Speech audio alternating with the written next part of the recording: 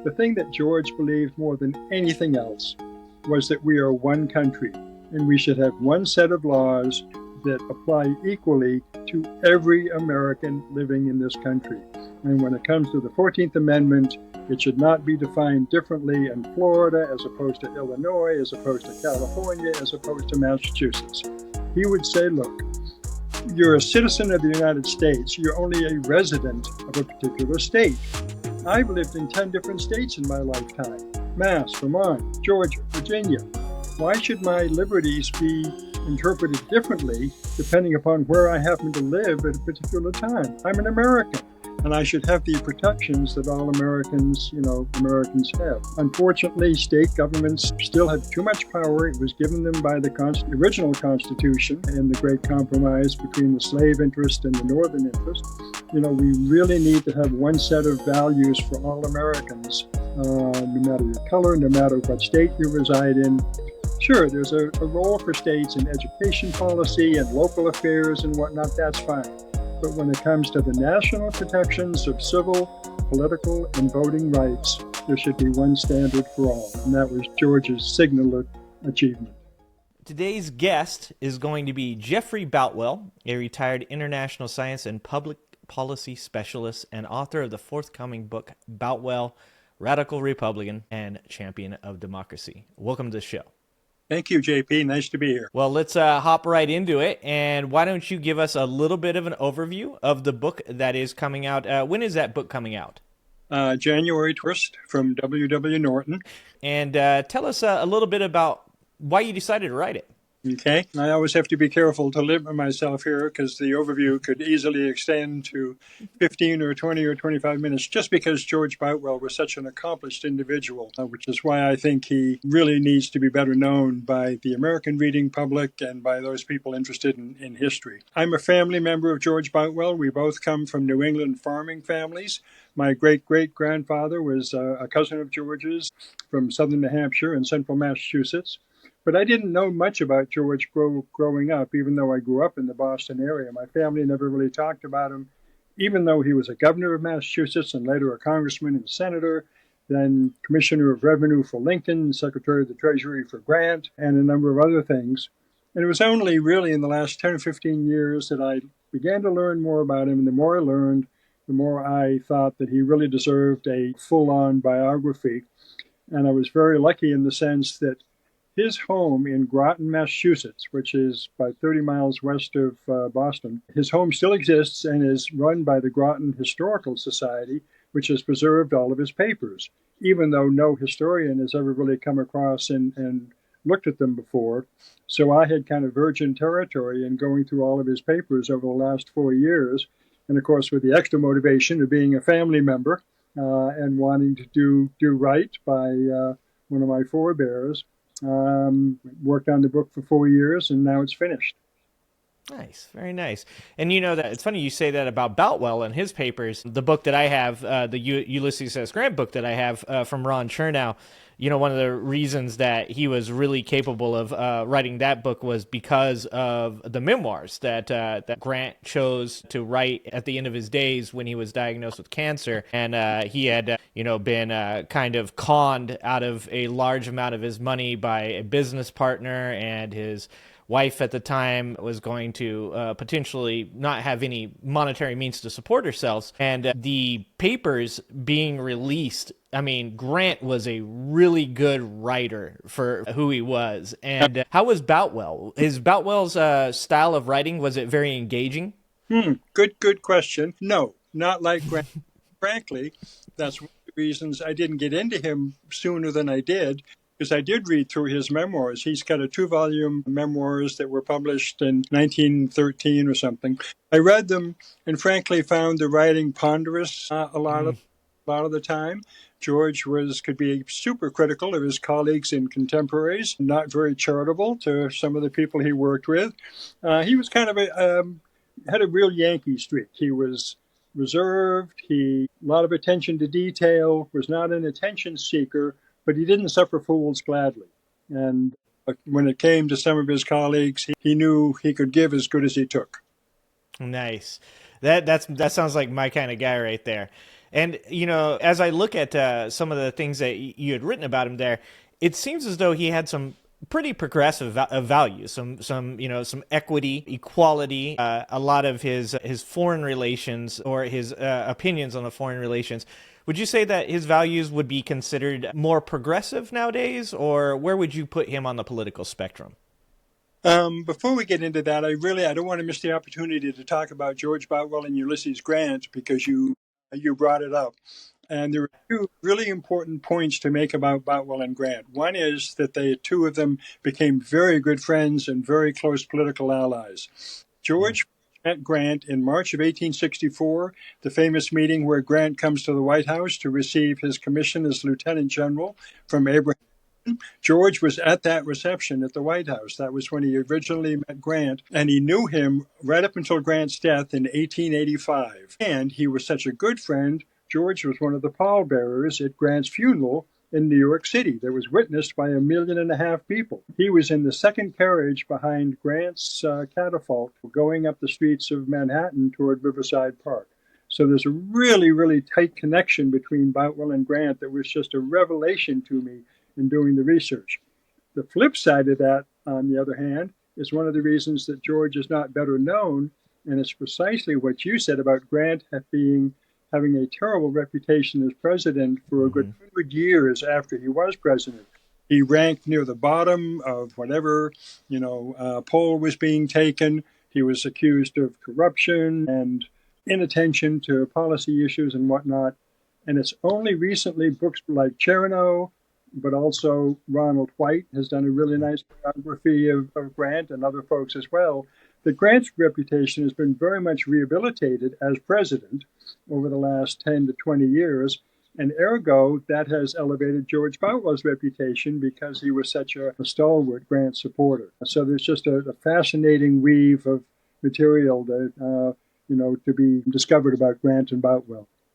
Yeah, and it seems as though that actually makes a lot of sense, right? Like Boutwell being a little more of a stickler for detail and being, as you said, a bit of a Yank streak, and Grant being more of the military guy. If there was any real, in my opinion, criticism that could have been levied at Grant was that he was a military guy trying to do a very, very hard job as the president after the Civil War, and against many different people within the administration that weren't exactly on the same page as him. Would you say that Boutwell really complimented Grant? Definitely. They had very similar personalities. They were not, attention seekers. They were modest individuals. They were real family men who loved their families and their kids. They enjoyed their private time. They weren't out trying to burnish their political reputations. And your point about Grant's management style is really well taken because Chernow and White and others make the point that Grant approached the presidency very much the way he did the Civil War. He would give his lieutenant generals a lot of leeway in how they conducted their operations. He would give them the objective, and then he would say, go take it. And I like to make the comparison that George Boutwell was the William Tecumseh Sherman in Grant's administration. Because Grant did err, he did make the mistake too often of trusting his colleagues and even good friends to carry out his wishes, and many of them took advantage of him. Brother-in-law by the name of Axel Corbin up in New York was involved in the famous gold scandal of 1869. Others did Indian Bureau corruption and whatnot. Grant was taken advantage of by people who he gave a lot of leeway to, but in George Boutwell's case, it worked out wonderfully because Boutwell and Grant worked so well together, and of course George was meticulously honest. The other main shout-out has to go to Hamilton Fish. He was the Secretary of State for Grant, and he likewise, Fish and Boutwell were the two best cabinet officers in Grant's presidency. Yeah, that's the need for the proper type of people in the proper type of places. It just speaks very, very to my heart as a person that's been in management. I've been in management for almost 20 years, and in different areas. My grandfather was in the military for 30 plus years in the Army. I come from a military family. My uncle was a Marine. One of my other uncles and my aunt were both Navy. My father was Air Force. I try to use the styles of the Napoleons, the Ulysses S. Grants, when I manage in the same exact manner. That I do not micromanage people. I don't follow them around telling them what to do. I want to train them, put them in a place that best suits them for the job, and then let them go full force and succeed as much as they possibly can until they need my help. Yeah. So you think, as far as Boutwell goes, what would you say was probably the most important thing he did with Ulysses S. Grant? Well, there are two. I can't limit it to one. His 4 years as Secretary of the Treasury, 1869 to 1873, George Boutwell helped Ulysses Grant put the American economy back on a road to recovery after the Civil War. And the main thing was retiring the incredibly crushing Civil War debt. George was a conservative when it came to financial matters, and retiring the debt was number one on his list. And so his monetary policy was configured around that, which is why he came in for so much criticism from a lot of Democrats and liberal Republicans who wanted him to loosen the money supply and, jumpstart the economy. And he said, we can't do that. What we have to do first is get the budget in order. We have to get our European trading partners to, know that we are creditworthy so that we can then put our financial house in order. And the railroad stocks, that was one of the main economic issues during Grant's presidency. Wasn't it the railroad stocks crashing? Was that what it was? Well, one of the big scandals was the so-called credit mobilier scandal, whereby the Union Pacific had this sweetheart deal that they would get money from Congress to do construction on the railroads going out west, and then they essentially would pay themselves with money allocated from Congress. And there were various kickbacks given. George's name was linked to that, but he was totally cleared by a congressional investigation, the credit mobilier scandal. So that was one of the big issues. And just the overextension of the railroads, which led to the Panic of 1873 and economic depression. Yeah. So when it comes to those, that sounds a lot like the same thing that Grant went through. Grant, as I said, could be fairly criticized, as you said, for not always being, standing over the shoulders of the people that he loved or trusted, and putting a lot of faith in people and allowing them to potentially be their best selves. But unfortunately, a lot of those people did turn out to be not the best people, as is oftentimes seen in politics. It seems as though Boutwell and Grant have a lot in common when it comes to either just their reputation after the Civil War, as well as the way in which they did some things. As far as the Reconstruction era of the post-Civil War presidency, did Boutwell... What would you say Boutwell's main role in Reconstruction was for the Grant administration? Well, that's really the shining star of Boutwell's career that started long before he started working with Grant. After having been Lincoln's Commissioner of Revenue in 1862 and 63 and helping raise money for the Civil War, George went into Congress, where he was for 6 years in the House of Representatives, 1863 to 69. He was on the Joint Committee on Reconstruction and the Judiciary Committee, where he helped write both the 14th and 15th Amendments to the Constitution and get them passed. Two seminal constitutional amendments which extended the principles found in the Declaration of Independence to all Americans and not just white males with property. And those were two of George's big accomplishments. Another one, which turned out not to be an accomplishment, but I'm still terribly proud of him for it, was he led the impeachment of Andrew Johnson, who tried to block Reconstruction, who tried to return political power in the South to the white supremacist Confederates who had lost the war.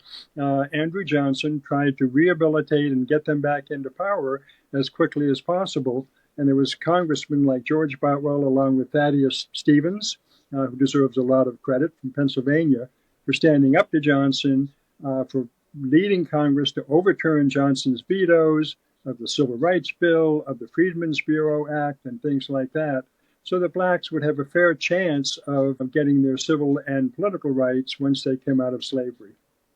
Yeah.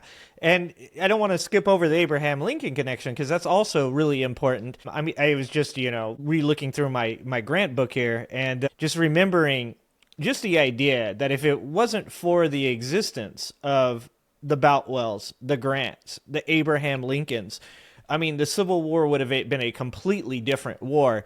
One of the things that I think is really maligned about Grant is the strategy in which he chose to use during the Civil War.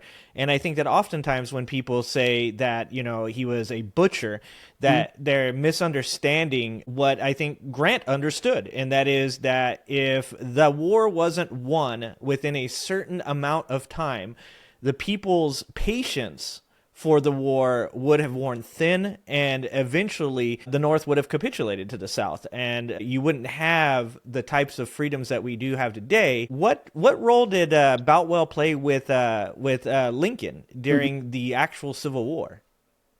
You're absolutely right. Many people who criticize Grant or criticize Lincoln's war strategy, they forget and they believe that the Civil War was a military war. It was primarily a political war.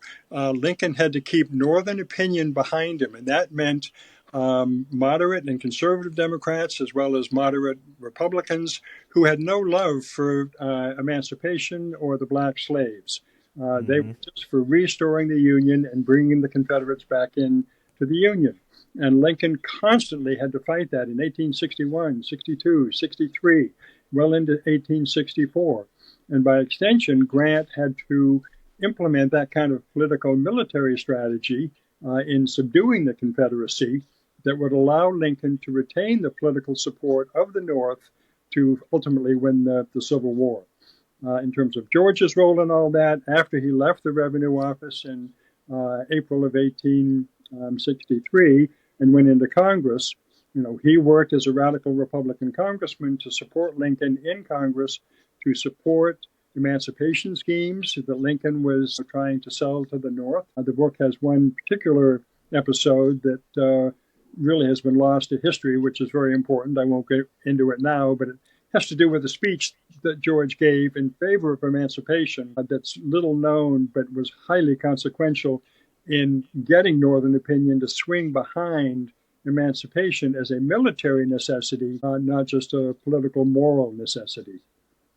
Yeah, and I think it was, I want to say the number of soldiers patrolling southern cities after Civil War during Reconstruction was I think it was like 36% were African Americans. And that's a great point that there's a lot nowadays that can be said about certain policies that people may not agree with for whatever political reasoning that do have either economical or military reasoning. And my grandfather, being in the military for over 30 years, would tell you when you're down in the trenches, you do not see color, you don't see gender, you don't see color, you don't see sexual preference. All you see is your brother, your sister, the person that has your flank, has your back. Yeah, you're a foxhole buddy. Yeah.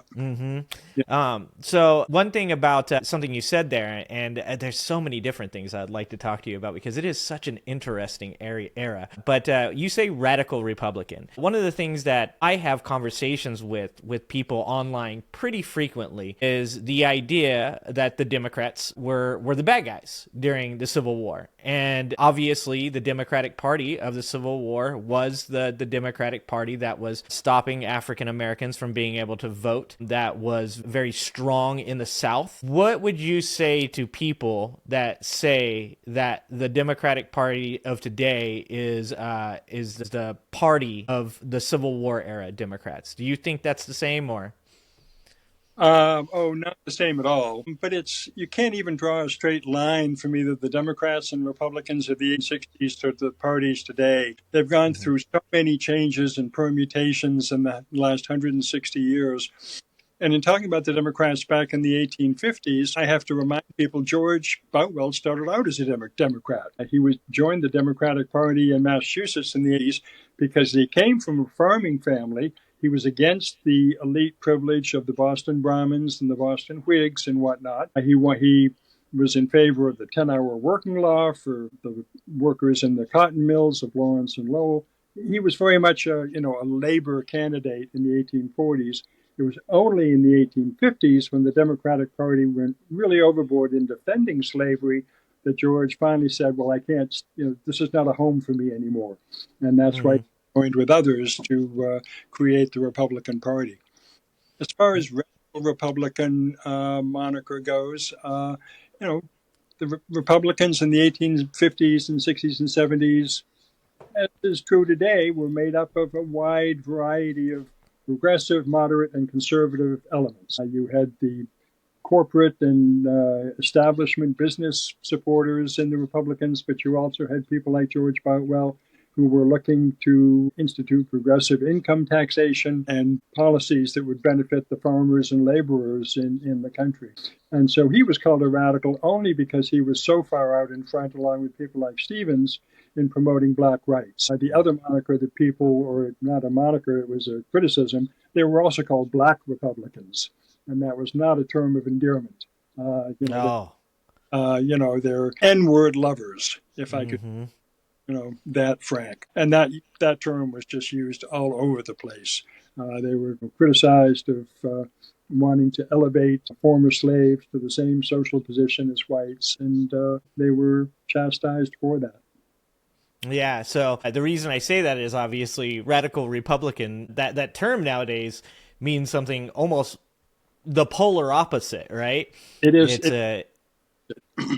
Yeah, it's just so much different now. And I think that, so many people nowadays, I do believe that the political sphere nowadays has kind of been inundated with what I call like vibes-based voting. And that's people that are really interested in populist candidates that are charismatic, that are entertaining, and not so much people that are very policy-based, and that oftentimes leads to a lack of historical reference when it comes to the change in the parties in the 60s during the civil rights movements. One of the things that I wanted to say was obviously George probably played a pretty good role in Grant's efforts against the formation of the Ku Klux Klan, which of course was one of the founding fathers was Nathan Bedford Forrest, who was the one of the worst Confederate generals during that time.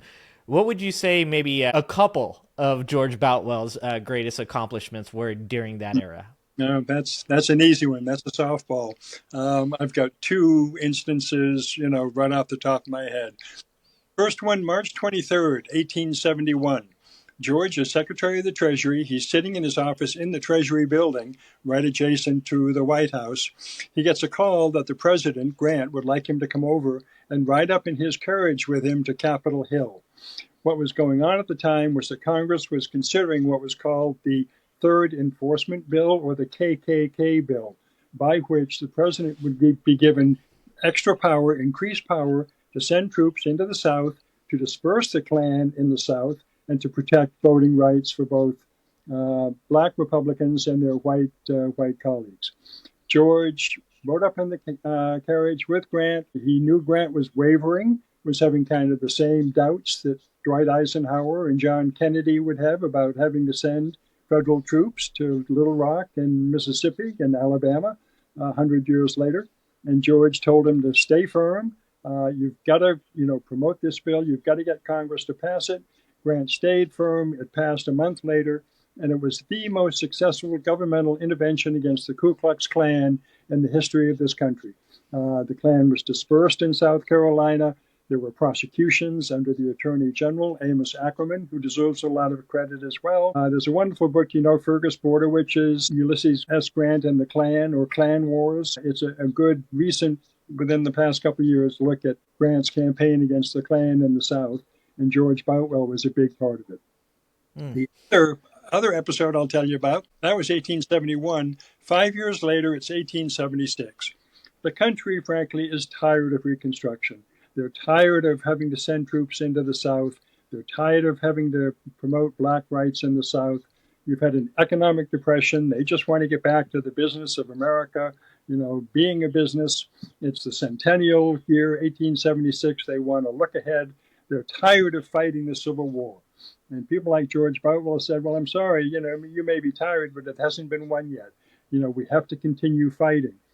He was a senator in 1876. He led a Senate investigation into Mississippi in 1876 that investigated white supremacist fraud, intimidation, and violence against blacks during the state elections in 1875 that fraudulently returned the Democrats to power. Here he is at the end of his Senate career. Nobody really cares anymore about Reconstruction, but George won't give it up.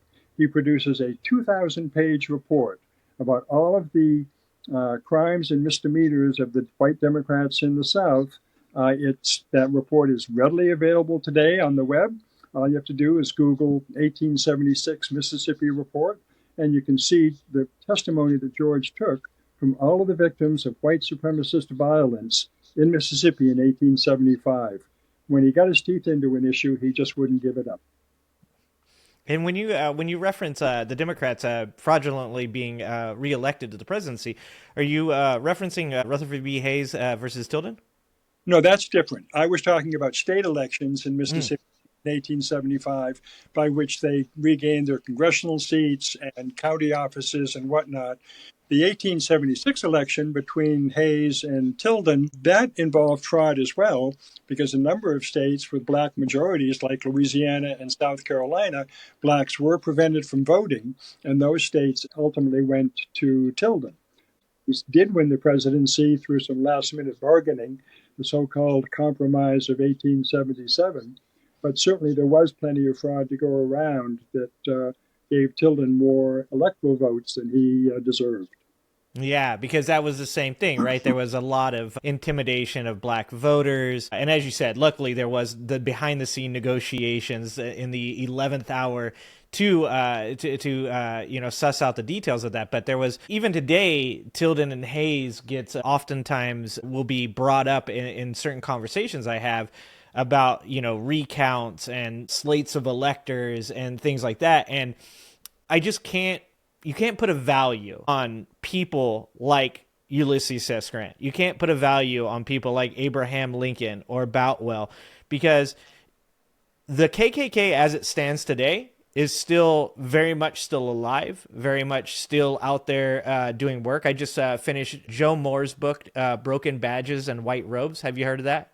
I hadn't, but I'll look it up. Yeah, it's a really good book about Joe Moore, who's a former Army sniper, I believe he was. And he joined as a civilian informant, the Ku Klux Klan in Florida, and infiltrated the Claverns in a couple of different places in Florida, both during Obama's first presidency. They had actually, the Ku Klux Klan had attempted to plan an assassination of Barack Obama during his 2009 presidency, and Joe Moore was there during that, and in a certain way negated them doing it, which of course they actually went on to thank him. They went on to tell him, thank you so much for stopping us from doing that, because it ended in the largest recruitment for the Ku Klux Klan in the past 100 years since their inception, because obviously the racism is still very much alive in America. And then he goes on to take down 2 or 3 different heavy hitters in the Ku Klux Klan. And but really good book. Yeah, you should check it out. Yeah. But I was thinking while reading that book about the Grants and the Lincolns of the world and the Boutwells, because if they don't exist, the Klan is 100 times, 1,000 times stronger than it is today. And if we don't have somebody that's willing to stand up and say, I recognize that this might not be the most popular opinion in the 1860s, but African Americans deserve equal rights. Women deserve equal rights. We would live in a world that is so much different today. It's amazing. Yeah. I'll give you a personal story that it really kind of one of the emotional peaks in writing the book, not necessarily a peak. George Boutwell in 1876, he took his Senate committee down to Mississippi to take testimony from blacks and others who had been terrorized by the KKK. He essentially is going into enemy territory in 1876 in Mississippi. Many of the U.S. troops had been withdrawn, and there wasn't necessarily much protection as he traveled between Jackson and Aberdeen, Mississippi, taking testimony. Newspapers, white supremacist newspapers, made veiled threats against his safety while he was there, and there was some good reason to be concerned about this U.S. senator being in Mississippi in 1876 looking into the fraud and violence and intimidation that had occurred the year before. Well, as I was reading that, one of the signal events of my growing up, of my teenage years in the 1960s, was the triple murder in Mississippi of James Chaney, Michael Goodman, and Andrew Goodman and Michael Schwerner, the very famous three civil rights workers who were abducted, tortured, and then killed.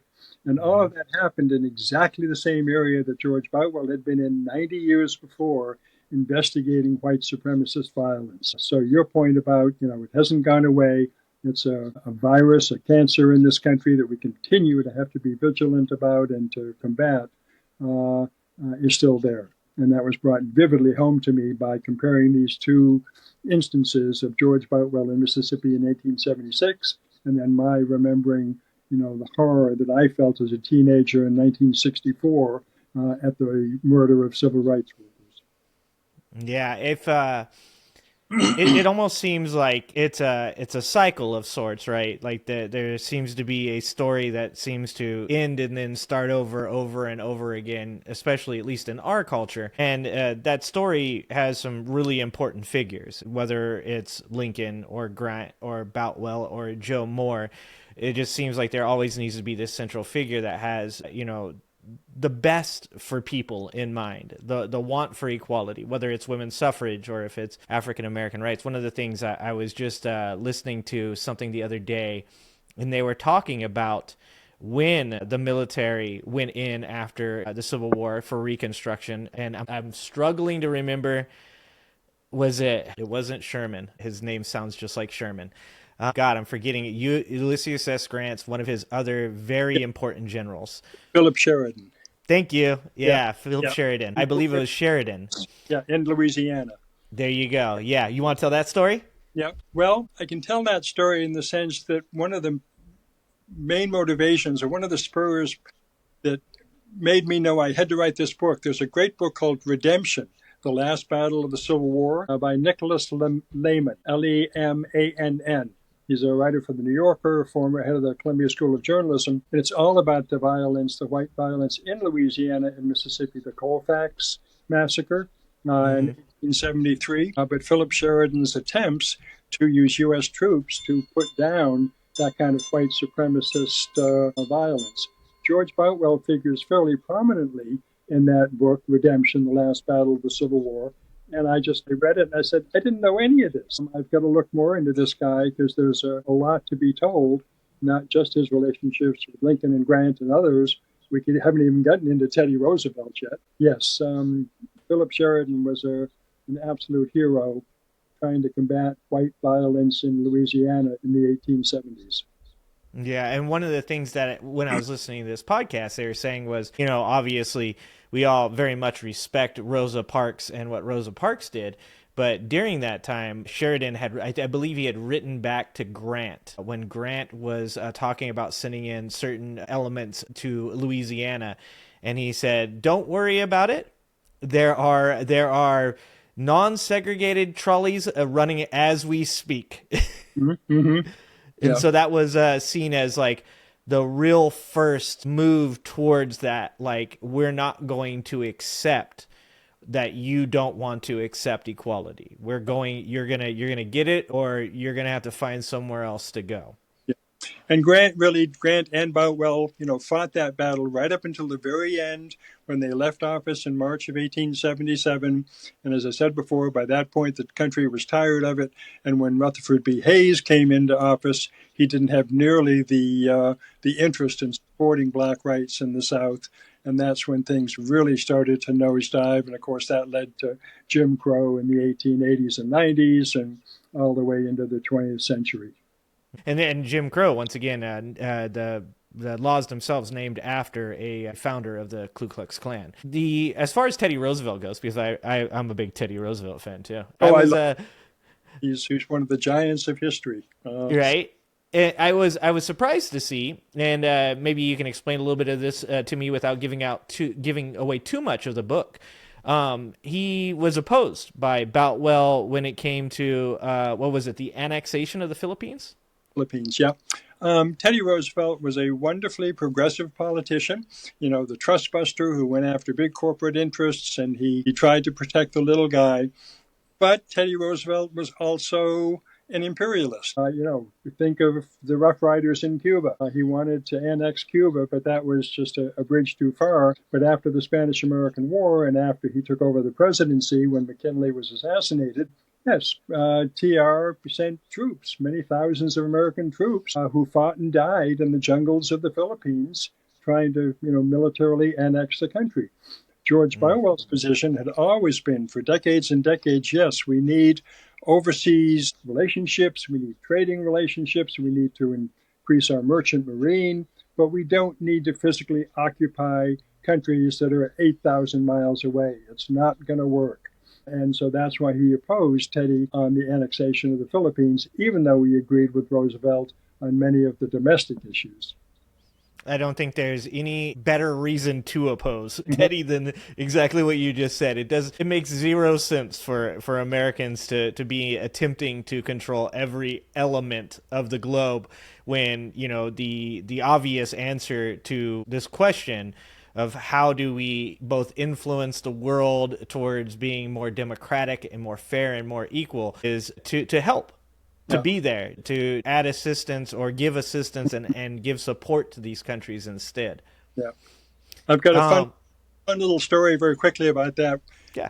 Teddy Roosevelt's, one of his main allies was the Senator Henry Cabot Lodge from Massachusetts, a real patrician, Boston Brahmin senator from Massachusetts, who likewise, shared Teddy's imperialist ambitions against the Philippines. 70 years later, who do we find in Vietnam but Henry Cabot Lodge, one of his descendants, who is the infamous American ambassador in Vietnam in the early 60s, who engineered the coup against President Diem that overthrew the South Vietnamese government, brought the military into power, and deepened American involvement in Vietnam. My wife and I were recently in Southeast Asia. We spent a week in Vietnam. And it was really chilling to go to the presidential palace in Saigon, now Ho Chi Minh City, and see these photographs of Henry Cabot Lodge sitting with the Colonel Nguyen, who was the person he helped put in power, remembering that his ancestor, Henry Cabot Lodge, back in the 1890s, had done exactly the same thing in the Philippines. And it seems like it is I believe that there's certain types of people, and it sounds like Boutwell sounds like a catalyst. He sounds like a person that found himself in the company of very important people, and he could have been a very out there. Obviously, he was important, but a person that was seen as being important. And instead, he found his place, his niche amongst these people, and helped to catalyze changes that he believed in. And when you look at something like Cabot that you're talking about, it seems as though they come from a line of a different type of people. A type of people that, to be honest with you, should be maligned. Instead of maligning Ulysses S. Grant, instead of maligning George Boutwell, that's the type of person that should probably be looked at in a negative light and criticized for imperialism. And like I said, I've never met a person that I can't find a flaw in. Everybody's got their flaws, and Teddy was a bit of an imperialist. He believed really strongly and that he knew what was right, and he was just spreading the good word. What would you say Boutwell's impact on today's society is? Certainly the signal achievement is the 14th Amendment, which of course is so important today in protecting personal liberties in a number of different areas. I don't need to spell them out to people. And because the 14th Amendment was passed with George's help in 1868, Americans now have those protections that I can't say they can't be taken away by government, because they are. They're taken away by state governments in this country all the time, be it voting, be it women's health issues. Or state governments intervene to take away the 14th Amendment protections that George Boutwell tried to give all Americans. And if I can get on my soapbox for a little bit, the thing that George believed more than anything else was that we are one country, and we should have one set of laws that apply equally to every American living in this country. And when it comes to the 14th Amendment, It should not be defined differently in Florida as opposed to Illinois, as opposed to California, as opposed to Massachusetts. He would say, look, you're a citizen of the United States. You're only a resident of a particular state. I've lived in 10 different states in my lifetime: Mass, Vermont, Georgia, Virginia. Why should my liberties be interpreted differently depending upon where I happen to live at a particular time? I'm an American, and I should have the protections that all Americans, Americans have. Unfortunately, state governments still have too much power. It was given them by the original Constitution and the Great Compromise between the slave interest and the Northern interest. We really need to have one set of values for all Americans, no matter your color, no matter what state you reside in. Sure, there's a role for states in education policy and local affairs and whatnot. That's fine.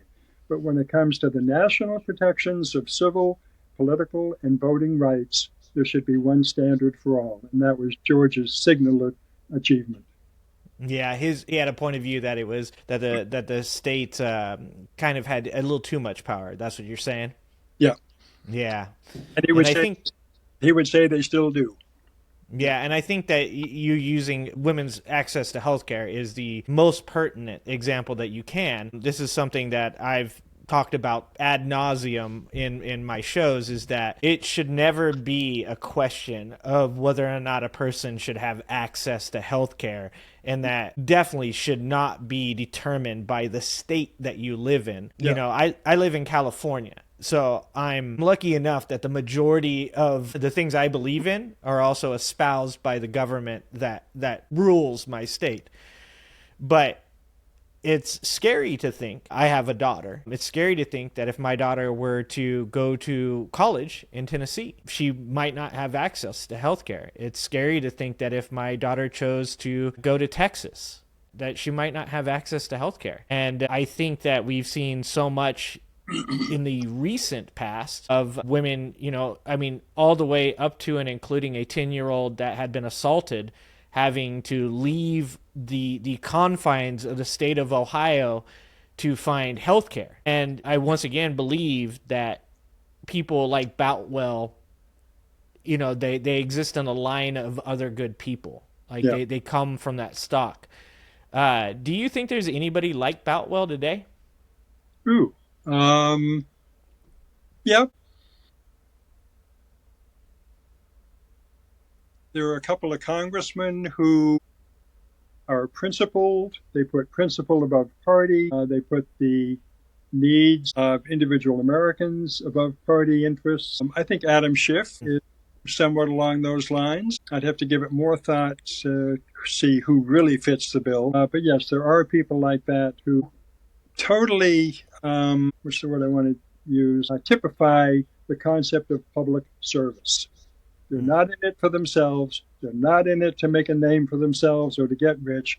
They're in it to enact policies that they think are in the best interests of the country and the people who live there. And that was George Boutwell, and there are still people like that today. And I think that that's probably one of the most pertinent things that you can say about, why I get this question. Well, let me just put it this way. I get this question every once in a while from people that are more conspiracy driven, more prone to fear, prone to anger, prone to hate.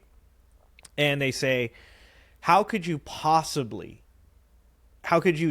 the government? And they'll generally point towards things like what you just pointed out about Vietnam. Mm-hmm. Some things that are 100%, they are correct. They are things that make you look at your government and ask questions and wonder whether or not you can totally trust them. There are, times that our government has made some really poor decisions in the 70s and 80s, interfering with Iran's government and, destroying the sovereignty of other nations. And not all the time is it the person you thought. Sometimes it's Teddy Roosevelt that's going over and interfering because he thinks he's doing a good thing. But one of the things that I like to point out is that Abraham Lincoln did exist. Yeah. A lot of the things Teddy Roosevelt did were amazing. Like you said, the antitrust busting, the robber barons, his policies on progressive taxes. There was tons of things that there's just a part of us as people, and I don't know that this is specifically American, but there's a part of us as people that we want to believe the worst. We Hmm. want to think every person out there is out to get us. We're constantly concerned that the government is really about control and stopping us from doing things, and the only way to fight against it is to be completely anti-government or anti-establishment. But the reason I asked you that question about Boutwell is because I think those types of people need to be elevated. They Hmm. need to be shown to people and said, I get it. I understand your distrust. I know that there is evidence to show that there are times that our government has made some poor decisions and they have affected not just our lives, but people across the globe's lives in a very negative manner. But George Boutwell existed Yeah. and did great things. And go ahead. And to people who say, I don't trust the government, let's get rid of the government or make it as small as possible, my retort to that is, what's the alternative? We're a nation of 350 million people. Mm-hmm. How do we regulate ourselves so that everybody, has life, liberty, and the pursuit of happiness? Well, it's not going to happen from big business because, they have their own axe to grind, and they certainly do a lot of tremendous good. The free market system, I wouldn't replace it with anything. But when it comes to aggrandizing the profit motive and whatnot. Well, do you trust big business any more than you trust big government? And the question is no, you don't trust either one of them, and you hold them to account. And you Mm-hmm. just get good people in both spheres to do the best they can because human nature is fallible. We're all going to make mistakes. We're all going to, go off half cocked. But, you find the best people you can. And the American experiment is now, 250 years old? It's still the best thing that history has come up with, and we need to protect it and ensure its viability into the future. What do you think, to talk a little bit about today's political environment, what do you think about the job that Lena Khan has done At the FCC, with the antitrust legislation against Meta and Google? And I mean, it seems as though she's been the most citizen friendly mm-hmm. head that we've seen. I mean, I can't think of more antitrust like lawsuits and stuff that have happened in the last 50 years. I'm not an expert, so and it'll just be a layman's opinion. But I admire her and Elizabeth Warren, Mm. same type of attitude. And actually, it kind of it reassures me a little bit when I see that Elizabeth Warren and who's the guy from Missouri, the senator, Yeah, I know who you're talking about. The Republican. Why am I Josh Hawley? Josh Hawley, Yep. that they can cooperate on issues, regarding the individual consumer and, how big business takes advantage of individual consumers. And so we need to be building bridges like that. I know it's a truism and cliche, but we really do need to be building bridges like that among people like Warren and Josh Hawley on issues where they can work cooperatively. But there's just Yeah. no question that the pharma, big pharma and whatnot, the insurance companies gouging, price gouging. When people go into business, they're looking to make a profit, and they're going to do what they need to do to make a profit. And that's why you need government looking over their shoulder. It's as Hmm. simple as that. Yeah, and I've worked in the grocery industry for a long time. I can tell you that there was price gouging going on. One of the reasons the business that I work for right now has been as successful as it has been is we made the conscious decision to do the exact opposite Mm-hmm. of what everybody was doing, and that is.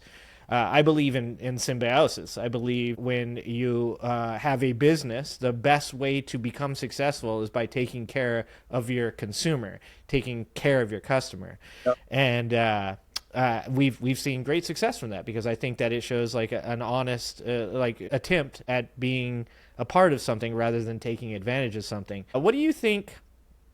Let's mix a couple things together here. What do you think Boutwell would think about the current state of kind of the techno oligarchism that seems to be pretty prevalent in this upcoming administration with Elon Musk? I Mm-hmm. mean, you even have Zuckerberg, Bezos, Thiel, Andreessen, all of these tech billionaires that are starting to contribute, and you have people like Trump saying that he's going to allow them to cut to the front of the line and reduce regulation and stuff on it. What do you think Boutwell would take of that? Of course, it's a totally different area.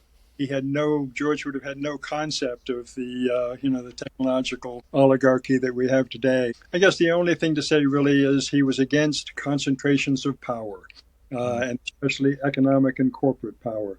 And back in his day, of course, the big example of that was the railroads. And he, was against that. He fought that. Concentrations of power, well, I guess Henry Cabot Lodge and Teddy Roosevelt would be another concentration of power in terms of military power and projecting it 8,000 miles away. So he was against that kind of concentration of power and would have been dead set against the influence of the technology companies in the White House. I think, what do you think about Boutwell? You think he was a fan of Aristotle's opinions on politics? I think so. He was for common sense. He was for doing the greatest good for the greatest number. And he showed that as Secretary of the Treasury with his Treasury policies that really tried to find a balance between the business interests of the Eastern establishment and the farmer and labor interests of the Middle West and the Far West. And he was criticized by both sides for not doing enough to protect their interests. And so he constantly tried to find the balance wheel that would keep the country on an equilibrium and moving forward. Yeah, and that speaks 100% to Aristotle. The idea that polity is truly, it's really interesting to think that a person almost 2,000 years ago was really prophesizing the times that we live in today by pointing out the inadequacies of pure and direct democracy, and at the same time explaining, before even having the idea of what communism was, the faults of a populace that was driven to anger and hate at what they believe were their oppressors, and how that could turn into something like Stalinism or Lenin as well. I really, really think that the founding fathers and the Boutwells of the world probably had some pretty strong influences from the Aristotles of the world as well. He was very much a self-educated man. He was a lot like Lincoln in that respect. He never finished high school. He didn't go past the 7th grade. Never went to college. He read law with lawyers in his hometown of Groton, studied law, but he read the great works. And I do tell the story in the book that he started off in his early 20s as co-owner of a dry goods store in Groton, Mass., selling farm implements and clothing and whatnot. And at the end of the day, when he closed up shop at 9 o'clock, he would get out his books and read. And when midnight came around and he was getting drowsy, he would douse his face with cold water and read for another couple of hours until 2 o'clock in the morning. He just had a voracious appetite for knowledge in all different fields, and that's what makes him such an interesting individual. Yeah, and somebody you can relate to. I think once again, there's a lot of parity between him and Grant, and Grant, going back after kind of falling out of the military due to the drinking habits and working at his father's shop, and even his time in West Point, where he said I believe it was a letter he wrote to his father, or maybe it's just to his family, where he apologized for spending too much time reading the novels at West Point. He loved the novels of Anthony, I think, and others from Britain. And he had horsemanship and reading novels were the two things he loved best at West Point. Yeah. Well, I think I could probably talk to you for just picking your brain probably for the next 2 hours, to be honest with you. This has been a great, great conversation. Well, why don't you, your book you said comes out the 21st? In about 3 weeks. It's available for pre-order from bookshop.org and Barnes & Noble and the online sellers, as well as your local bookshop. My website is jeffreyboutwell.com for more information about the book and about George. And I've got some nice book talks coming up from starting in January going through June. One that you'll especially appreciate, I think, and I'm really thrilled about this. I'm giving a book talk in February in St. Louis at the Ulysses S. Grant National Historic Site at Whitehaven, Julia Dent's family's home in Whitehaven outside of St. Louis. I'm going to be giving a talk at the Park Service facility there in their auditorium talking about Boutwell and Grant. That is awesome. One thing, like I said, I could probably talk to you for 2 hours, is that one of the strangest things about American society and our history is we're such an industrial country that history doesn't last long in America. Hmm. And you had said earlier that you had went to, was it Boutwell's home? In Groton, Mass. Yep. Yep. So that still exists, huh? Oh, it does. No, that's we are all tremendously lucky, and I'm more lucky than anyone. The fact that his house and his papers were all kept intact by his daughter, Georgiana. He died in 1905. She died in 1933, still living in the house. When she died in 1933, she gave the house to the Groton Historical Society with all of his papers, and the good people of Groton, Mass. Have kept those intact for 90 years now. And anyone can go and make an appointment and go through George's letters and papers and whatnot and read fascinating accounts of what happened before the Civil War, during the Civil War, during Reconstruction, with Teddy Roosevelt. It's all right there. And it was kind of hiding in plain sight. Historians never kind of bothered to look, and it's all right there. Well, you've done a great thing, in my opinion. Thank you.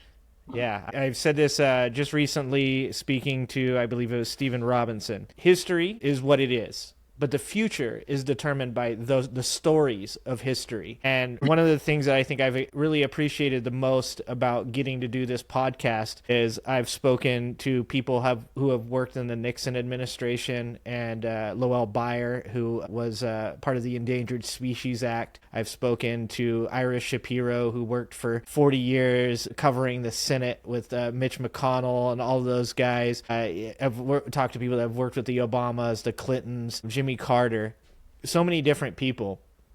But every one of you guys have something that's very much in common, and that is the curiosity and the want to tell the story of somebody else.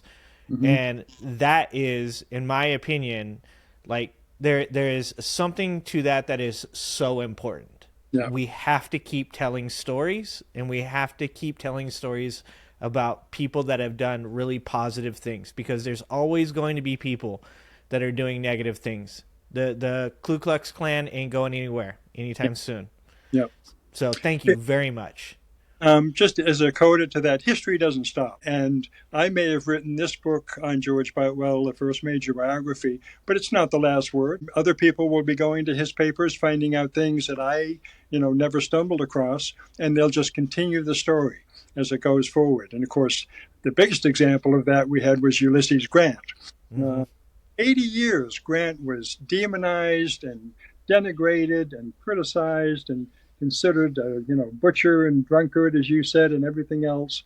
And finally, with Chernow and White and other people, let me give a shout out to a colleague of mine, Frank Scaturo, Scaturro, wrote a book in 1998 called President Grant Reconsidered.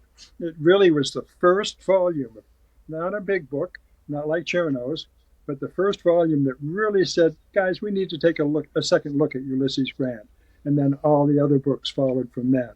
So history doesn't stop. It's constantly being, interpreted, and new discoveries are made. And that's one of the things that's so much fun about it, but also so important about it as well. Mm-hmm. And that's exactly what I'm saying. Just don't stop. Everybody out there, most of the guys, how long did it take you to write this book? 4.5 years. 4.5 years, yeah. Most of the people I talked to, I think David Lipsky said he was writing his for a decade. But most people that I talk to, when they answer the question how long they've been working on the book, it's usually somewhere between 4 years and 8 years. And it doesn't happen overnight. No. So just for anybody out there, you really are doing a great thing by continuing to tell these stories, and the history will continue to be written. And if it wasn't for people like you, the people that are motivated to do so, that have more nefarious reasons, the Dunning's authors that for those past 80 years wrote the Civil War as a states' rights issue, not as a human rights issue, that wrote it as, Grant being a butcher that willingly tossed people to their graves with no thought.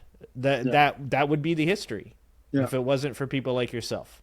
Well, I don't want to make this a mutual admiration society, but the same goes for you. And, being a really good interviewer, doing your podcasts, getting the information out there. We need venues and vehicles that you and others provide. And to have, someone who really knows their stuff talking about it with you is just a real pleasure. Thanks for watching. If you like this video, please like and subscribe and hit that notification bell, and check out that video on the screen now.